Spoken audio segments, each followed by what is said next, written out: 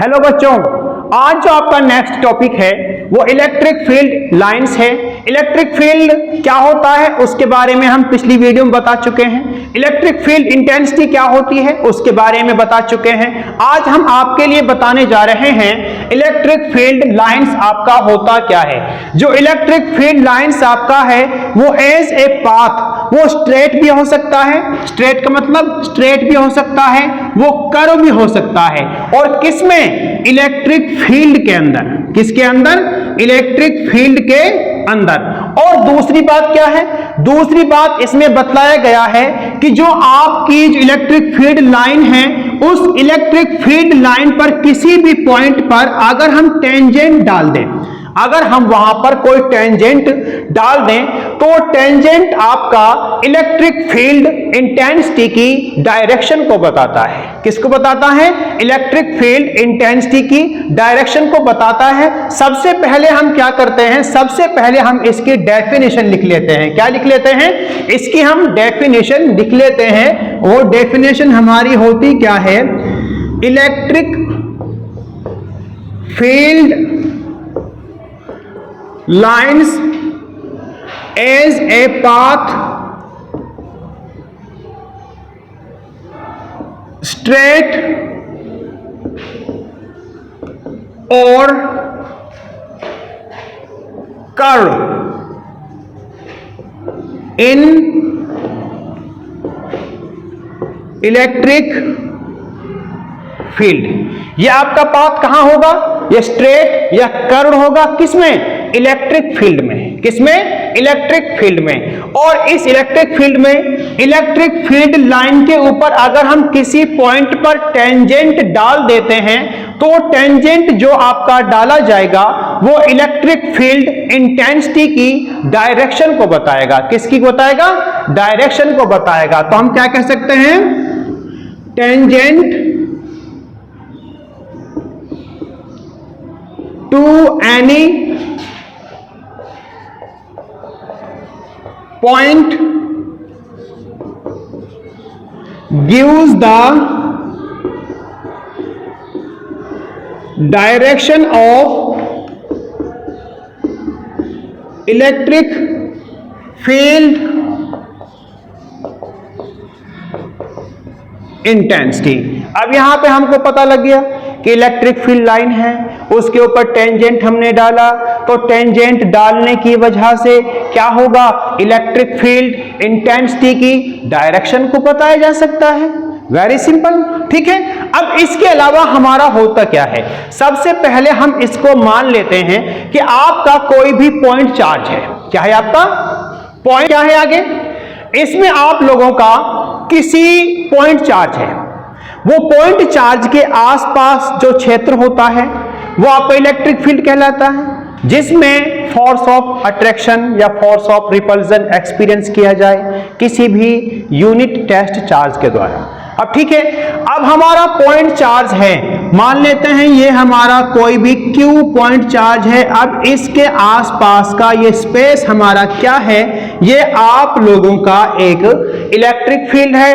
अब इसमें जो आप लोगों की इलेक्ट्रिक फील्ड लाइन है वो स्ट्रेट भी हो सकती हैं और वो कर्व भी हो सकती हैं। कर्व भी हो सकती हैं, स्ट्रेट भी आप लोगों की हो सकती हैं।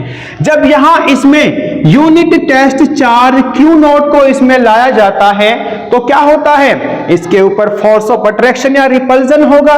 तो उसकी वजह से जो हमारी इलेक्ट्रिक फील्ड लाइन है, उस इलेक्ट्रिक फील्ड लाइन, माना कि ये हमारी इलेक्ट्रिक फील्ड लाइन है, इस पॉइंट पर हम इलेक्ट्रिक फील्ड इंटेंसिटी की डायरेक्शन को निकालना चाहते हैं तो हम यहां पर टेंजेंट डाल देंगे। क्या डाल देंगे? टेंजेंट हमने डाल दिया तो ये टेंजेंट आपका क्या बताता है? इलेक्ट्रिक फील्ड इंटेंसिटी की डायरेक्शन को बताता है। अब समझ नहीं आया तो इसको हम दोबारा आप लोगों को बतलाते हैं कि माना कि ये आप लोगों की कोई भी इलेक्ट्रिक फील्ड लाइन है, ठीक है। इसको हमने PQ, ये हमने इलेक्ट्रिक फील्ड लाइन मान ली। अब इसमें जो आपका मेन पॉइंट है मानते हैं कि ये आपका ए पॉइंट है, इस ए पॉइंट पर हम इलेक्ट्रिक फील्ड इंटेंसिटी की डायरेक्शन को निकालना चाहते हैं। मैंने बताया जिस पॉइंट पर इलेक्ट्रिक फील्ड इंटेंसिटी की डायरेक्शन को आप लोग निकालना चाहते हो उस पॉइंट पर आप लोग क्या डाल दोगे, टेंजेंट डाल दोगे। क्या डाल दोगे, टेंजेंट डाल दोगे। तो यहां पर आप लोग क्या करोगे, टेंजेंट आप लोगों ने डाल दिया। तो ये टेंजेंट क्या बता रहा है, ये आप लोगों का इलेक्ट्रिक फील्ड इंटेंसिटी की डायरेक्शन को बता रहा है। अब आपसे चलो ठीक है, यहां बतला दिया। अगर आप कहो कि सर हम चाहते हैं कि ये पॉइंट दूसरा हमारा बी पॉइंट है, इस बी पॉइंट पर इलेक्ट्रिक फील्ड इंटेंसिटी की डायरेक्शन को कैसे निकालेंगे, तो अगेन आप क्या करोगे, अगेन आप यहां पर टेंजेंट डाल दोगे। क्या डाल दोगे, टेंजेंट आप डाल दोगे। अगेन आप यहां पर ए पॉइंट पर इलेक्ट्रिक फील्ड इंटेंसिटी की डायरेक्शन है तो हम यहां पर ई ऐसे इसको डिनोट कर सकते हैं, direction of electric field at point A, और बी पॉइंट है तो हम कह सकते हैं electric field intensity on B point, या direction of electric field intensity at B point. यहां तक समझ आ गया, ठीक है। एक बार दोबारा हम इसको रिवाइज कर देते हैं। इलेक्ट्रिक फील्ड लाइंस जो हैं वो एज ए पाथ, ठीक है, एज ए पाथ किसमें, इलेक्ट्रिक फील्ड में, वो आपकी स्ट्रेट भी हो सकती है और वो कर्व्ड भी हो सकती है। और इलेक्ट्रिक फील्ड लाइन पर किसी पॉइंट पर अगर हम टेंजेंट डालते हैं तो वो टेंजेंट आपका इलेक्ट्रिक फील्ड इंटेंसिटी की डायरेक्शन को बताता है, ठीक है। अब इसमें आप लोगों को ये पहला पॉइंट मैंने आप लोगों को बतला दिया, ठीक है। अब इसके अलावा सेकंड पॉइंट हम इसमें क्या बतलाते हैं, माना कि ये आप लोगों का कोई भी पॉजिटिव चार्ज है। क्या है आप लोगों का, पॉजिटिव चार्ज है, तो इस पॉजिटिव चार्ज के इलेक्ट्रिक फील्ड लाइंस की डायरेक्शन कहां होगी, पॉजिटिव चार्ज के अराउंड में इलेक्ट्रिक फील्ड लाइंस की डायरेक्शन कहां होगी। तो ध्यान रखना, पॉजिटिव चार्ज के लिए इलेक्ट्रिक फील्ड लाइंस की डायरेक्शन कहां होगी, अवे, और एक्सटेंड टू इंफिनिटी, मतलब यहां से वो शुरू होंगी इस चार्ज से और इंफिनिटी तक जाएंगी, ठीक है। तो मतलब क्या है कि यहां पर हम मान लेते हैं ये आपकी इंफिनिटी तक हमारे इलेक्ट्रिक फील्ड लाइंस की जाने की वो है इलेक्ट्रिक फील्ड इंटेंसिटी। जो आपकी इलेक्ट्रिक फील्ड लाइंस होती हैं वो आपकी electric field lines positive charge से शुरू होकर कहां जा रही हैं, इंफिनिटी तक, ठीक है। ये आपकी हो गई पॉजिटिव चार्ज के लिए इलेक्ट्रिक फील्ड लाइंस कहां है, away from the charge, extend to infinity, ठीक है। अब ये हमारा पता लग गया कि पॉजिटिव चार्ज के लिए उससे दूर हमारी इलेक्ट्रिक फील्ड लाइंस जाती हैं, ठीक है, ये उसकी डायरेक्शन हो गई। अब इसके अलावा आप लोग पता करें, सर हमें ये बात और बतला दीजिए कि जो आपका पॉजिटिव चार्ज का हमें पता लग गया, अब नेगेटिव चार्ज के लिए इलेक्ट्रिक फील्ड लाइंस की डायरेक्शन हमारी क्या होगी, ठीक है। तो हम थर्ड पॉइंट उसको बना लेते हैं। तीसरा पॉइंट कौन सा है कि माना कि ये जो हमारा Q है ये आपका नेगेटिव चार्ज है, तो नेगेटिव चार्ज है तो इसमें इलेक्ट्रिक फील्ड लाइंस जो हमारी होती हैं वो इंफिनिटी से, कहां से, वो आपकी इंफिनिटी से नेगेटिव Q चार्ज की तरफ आती हैं। इंफिनिटी से कहां आती हैं, नेगेटिव चार्ज जो आपका Q है वहां उसकी तरफ होती है, मतलब इंफिनिटी से नेगेटिव चार्ज की तरफ वो आती हैं, ये उसकी डायरेक्शन है। अब कहां से, इंफिनिटी से पता नहीं कितना डिस्टेंस है, वहां से इलेक्ट्रिक फील्ड लाइंस हमारी कहां है, उसकी जो आपकी डायरेक्शन होगी टुवर्ड्स नेगेटिव चार्ज होगी। यहां तक पता लग गया, ठीक है।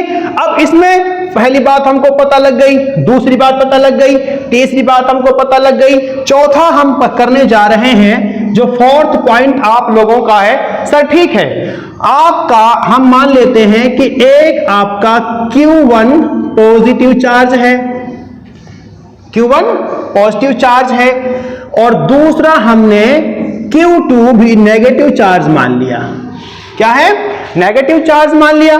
तो अब आपकी इलेक्ट्रिक फील्ड लाइंस की डायरेक्शन कहां होगी, वो आपके पॉजिटिव Q1 से कहां होगी, Q2 की तरफ होगी।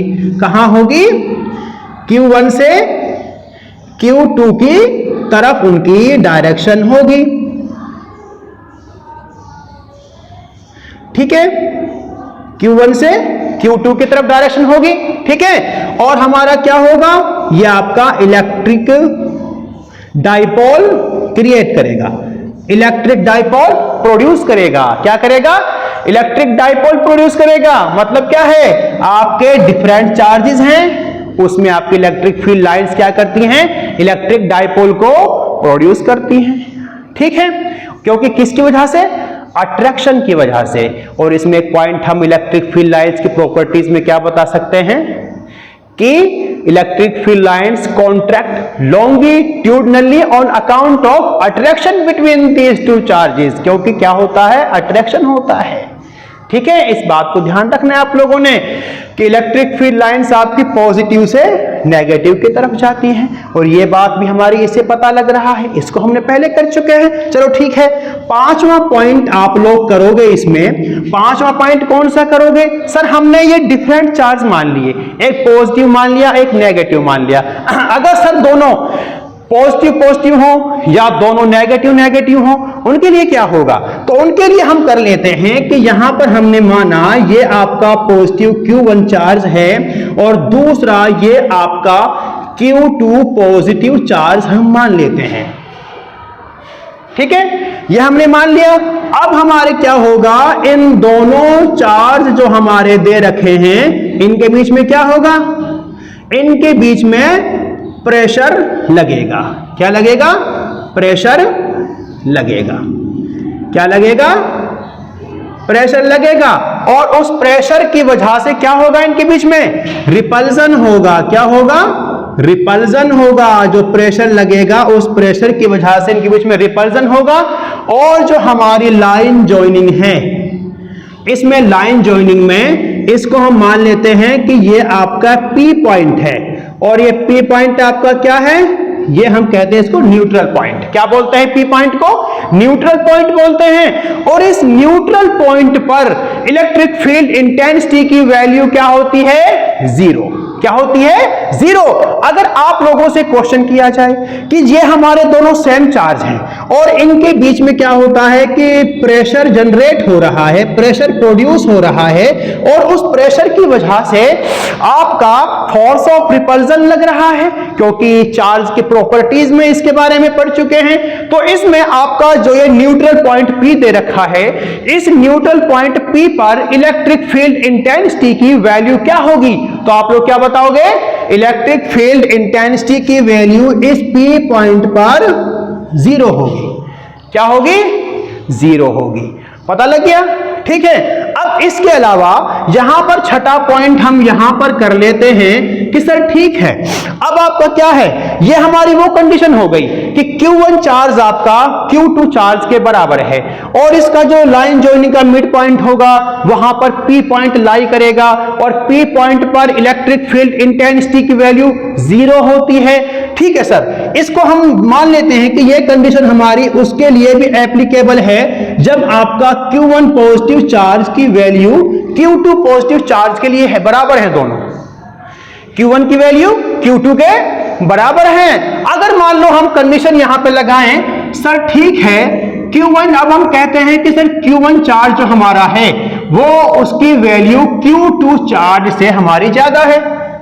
उसके लिए सर क्या होगा, उसके लिए इलेक्ट्रिक फील्ड इंटेंसिटी क्या होगी, या उसके लिए इलेक्ट्रिक फील्ड लाइंस हमारी क्या होंगी, या उसका जो P न्यूट्रल पॉइंट है वो कहां लाई करेगा, वो आपका कहां लाई करेगा। सबसे पहले हम मान लेते हैं कि ये आपका Q1 चार्ज हो गया, इसके अलावा ये हमने माना Q2 चार्ज आपका हो गया। इसमें कंडीशन हमको दे रखी है Q1 Q2 से ज्यादा है और दोनों पॉजिटिव हैं, तो इनके बीच में क्या होगा, इनके बीच में रिपल्जन होगा। क्या होगा, इनके बीच में रिपल्जन आपका होगा।